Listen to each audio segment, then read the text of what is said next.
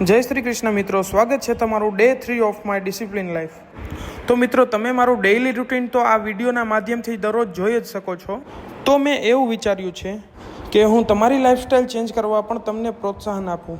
તમારા મનમાં પણ ફિટનેસને રિલેટેડ કેટલાક પ્રશ્નો હશે, તો એ તમારા પ્રશ્નો સોલ્વ કરવાની હું ટ્રાય કરીશ. તો તમે ફિટનેસને રિલેટેડ કોઈ પણ પ્રશ્નો મને કોમેન્ટમાં પૂછી શકો છો. તમારા બધા જ પ્રશ્નોના જવાબ હું વિડીયોના માધ્યમથી વિસ્તારમાં સમજાવીશ. તો કાલે મને એક ક્લાયન્ટે ક્વેશ્ચન પૂછ્યો કોમેન્ટમાં કે સર, રોટલી આપણે ફેટ લોસની જર્નીમાં ખાઈ શકીએ કે નહીં?